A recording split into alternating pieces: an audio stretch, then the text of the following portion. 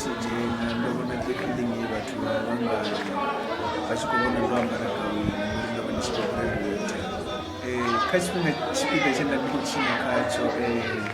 nda ndo takalesa nga maanḓa ndo takalela uri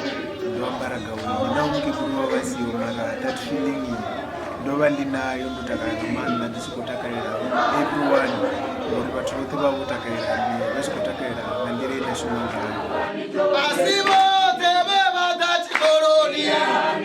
vha dovha vha humana zwe vha ḓela hezwi dzi amba u shuma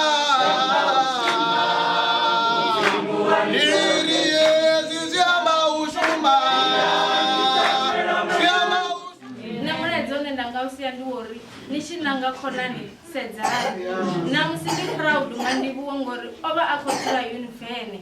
a tshi khou dzula haningei ḓuvha na ḓuvha o vha a sathu travela sa rine mara havhanoni vho ḓaho hafhanoni vho ḓa nga nṱhani ha ndivhuwo arali a swike hangei a ḓitele khonani mbi havha vhathu vha univene vha tshi ḓo vha vha si amen.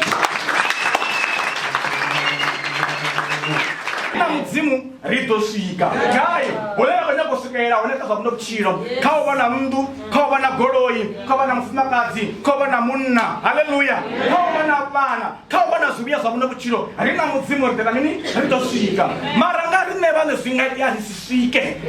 haleluya a vha na maanḓa o eḓanaho vhone uri vha nga wana thaidzo dza vhutshilo. Mulaedza wa vhutshakhisi ngo vha funza wone vhu funza zwavhuḓi nga maanḓa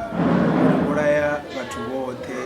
ita vhabebi ita vhana vhainkulula na rine ra ndi tshi khou graduata zwino ndi uri ndi khou livhuwesa pfunzo na ndayo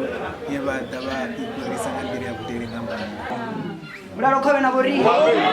we have gathered here to celebrate courage mafhungo a u ḓifunga ngauri roṱhe hafha ri a ḓivha zwa uri tshikolo ndi tshavhuḓi tshikolo tshi a ri vhuyedza mara it's courage tshino ri funza u vhala bugu it's courage tshino ita uri na u tshi khou pfhi hangei rumoni u khou ḽiwa makumba ḓuvha na ḓuvha muthu a ḓi dzula a tshi ita mini a tshi konḓelela and we have gathered here to celebrate courage. Mulalo khawe na vhori